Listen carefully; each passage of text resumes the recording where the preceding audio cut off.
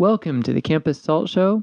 This is the second episode. We have as our guest Darby Womack. So she's going to tell us a little bit about the EMT program at Bellingham Technical College. Darby, can you tell us a little bit about the different programs that BTC has for an EMT or someone who's interested in going into the EMT field?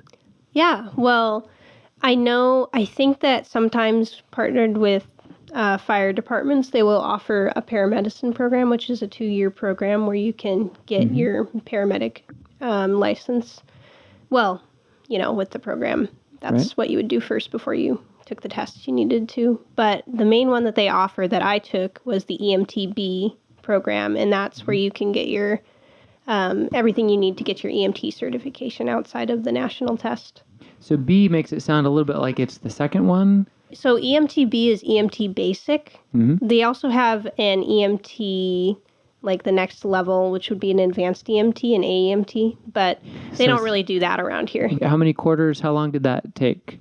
It was 1 quarter, but it was like 15 credits, so it was like a full time. Can you tell us a little bit more about the time commitments for viewers or listeners who are interested in taking that course? It was like at least almost 15 hours a week in class, because you had Saturdays, you were there for 8 hours, then Tuesdays and Thursdays, you were there for 3.5 hours at night. It works out really well if you have like a kind of 8 to 5 job, though. It's really accommodating for that. But pretty big time commitment, because on top of that, you have to get through a 1,000-page textbook in those 3 months, as well as other things too. What advice would you give someone who's considering doing this course? Well, I think that if you're interested in first response, it's a really good course to take to see if you'd want to be in that field, because you get to talk with people that work in the fire department. Over at Ferndale, there's just so many excellent teachers and mentors in the program.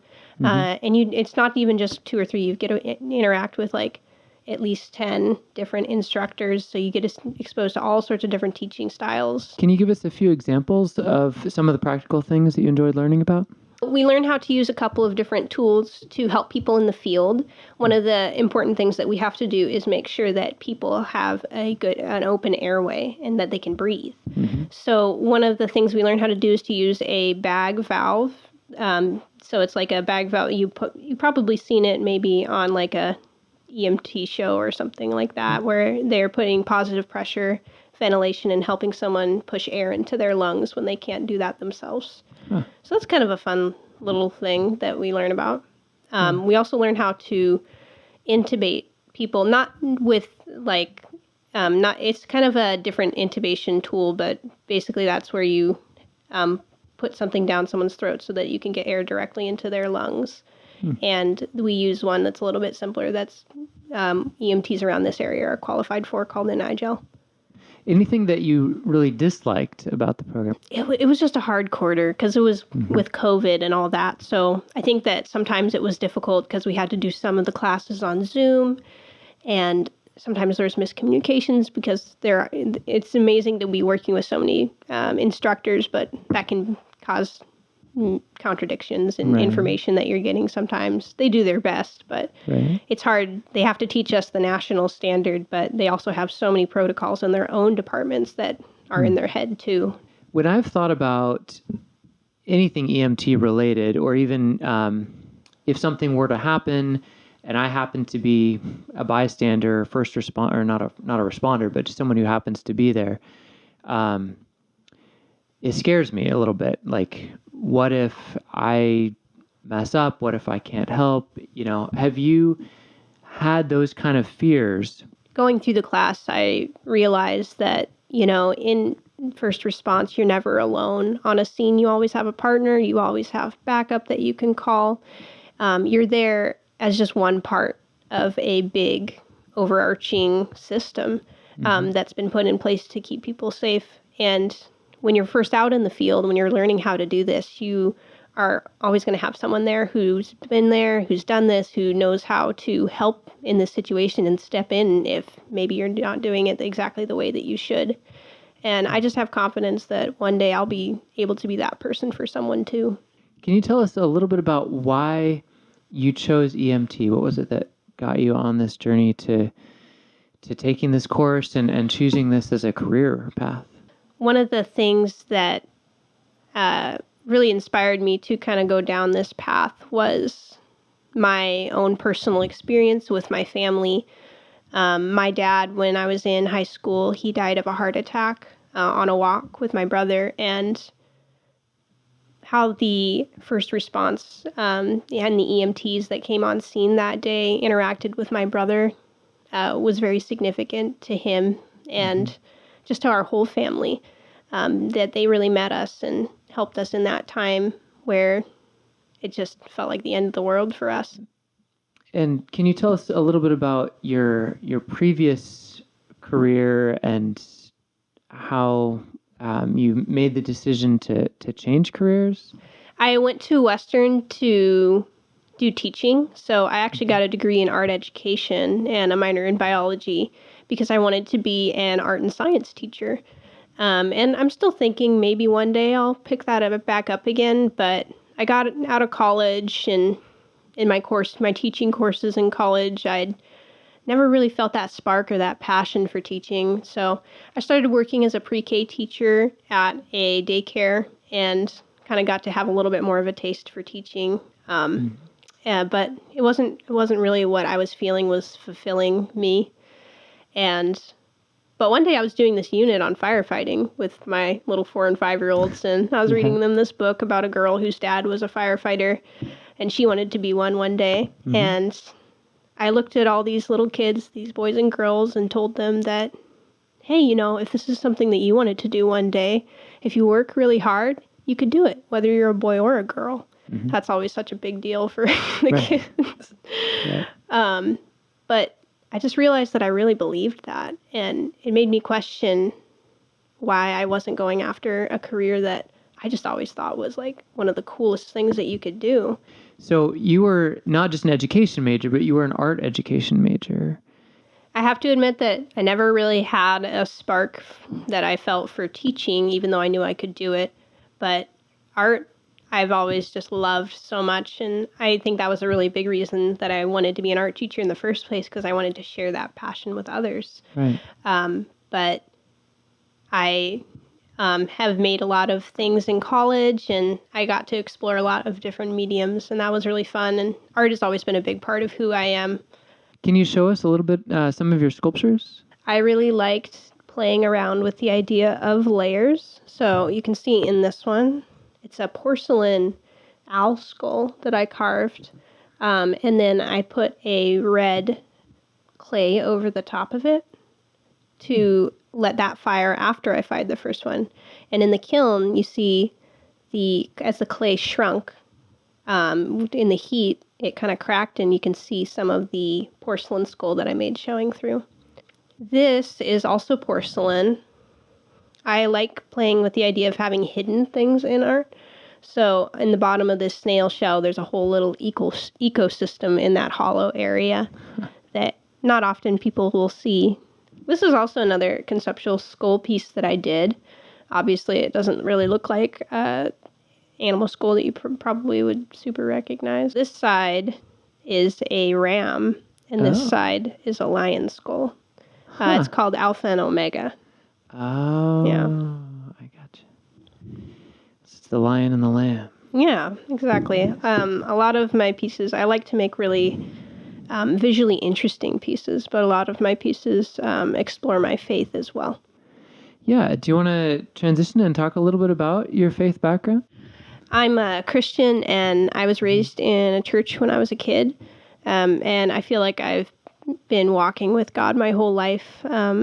I couldn't even remember really a time that I started following him, because he's just always been there. Are there any themes in particular from your faith that you've been able to explore in art?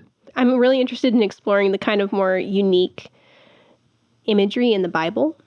So I have made pieces representing angels or different scenes in the Bible, and I try to depict them in a way that, in my mind, it would be maybe a little bit more realistic, as well as surreal, in the sense that I try to kind of create people more in the ethnicity that was like they likely were at the time. Right.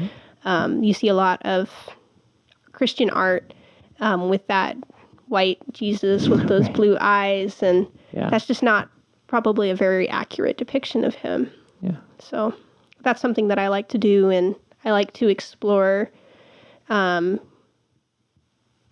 interaction with the natural world and kind of sometimes more macabre ways, like with skulls and things like that, because I'm really interested in bones and skulls and how they are what is left of things. And in a way, people associate them with death, but I often think about how they are kind of impressions and calcium of a life that was lived, and what is left of a creation of God. Could you show us some of the artwork that you've done? Well, I actually brought a print series here that I did for one of my finals in college. And this is a series about different scenes in Genesis. So this is kind of a picture of Adam and Eve leaving the Garden of Eden. And as you can see here, I kind of, you see like angels kind of depicted with all that, like, halo and rosy cheeks, but they were actually kind of terrifying in the Bible. So I tried to be a little bit more kind of accurate to the written scripture of them. And this is a scene from Genesis 15. So this is a kind of an interesting ceremony. It's a way that they at the time made a covenant, and it's a pretty kind of graphic scene. It's a really interesting metaphor for how God meets people, and you can see a lot of really interesting ties between this scene in Genesis and Jesus' life. So this is another scene in Genesis. This is where Hagar has gone off into the woods with her son Ishmael that she had with Abraham. And she is just feeling very distraught, and she actually leaves him in a bush because she doesn't want to see him pass. She doesn't have any more milk to give him. And this is where she has an encounter with God, and she actually names God El Roi as the God who hears her.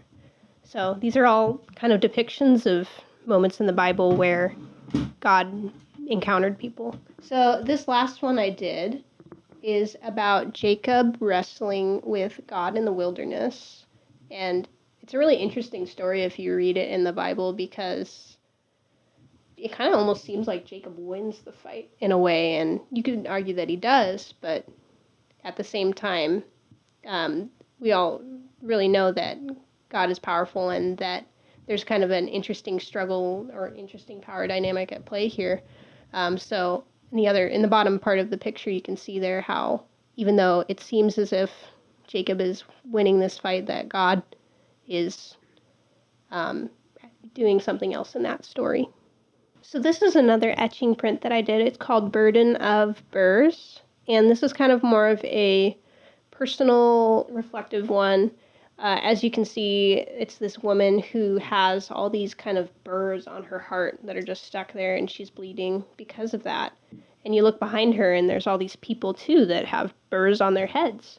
And it's kind of about how, if you're focused on all those annoyances in your life, you're going to start seeing the people in your life that way as well. And it's going to start hurting yourself by doing that. So this is a relief print that I did in college, and this was done on a wood block. So I carved into wood and then used that wood as kind of a big stamp to make this picture. I really liked playing with the colors in this one, and I really love how those turned out. It's kind of like a lion and a serpent kind of fighting on this world, all confined in this sort of lion silhouette. Can you tell us anything about any formative experiences for you spiritually, like ways that you've grown? Well, when I was in college, I got to go on a couple of trips where I got to go to other campuses to talk to people about faith. And on one of those trips, I had a really interesting experience. It was down in California, and I was really struggling with a lot of things in my life at the time, and was kind of trying to understand what my next step was. Right. And I just felt like God really met me in that time. And at the time I was experiencing a kind of, it's called a TMJ. So it's kind of where your jaw locks up sometimes. And I've heard of it's that. hard for you to open it. And I'd been having a episode of that for like a month. And it was just so hard to eat. And it was really upsetting. But on that trip, I was prayed over and my jaw unlocked and it went away. And I haven't had it happen again since then. And I think that God really used that experience to kind of point me in the right direction in life and in some other things that I had to decide. So for the signature question of the podcast, what is it that really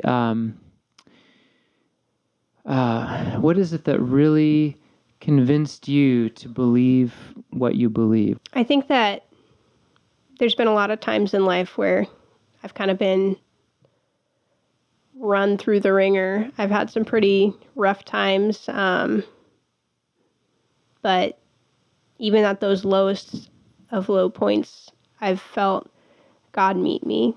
And the harder of a time I'm having, the clearer that his presence is to me, and the closer he feels.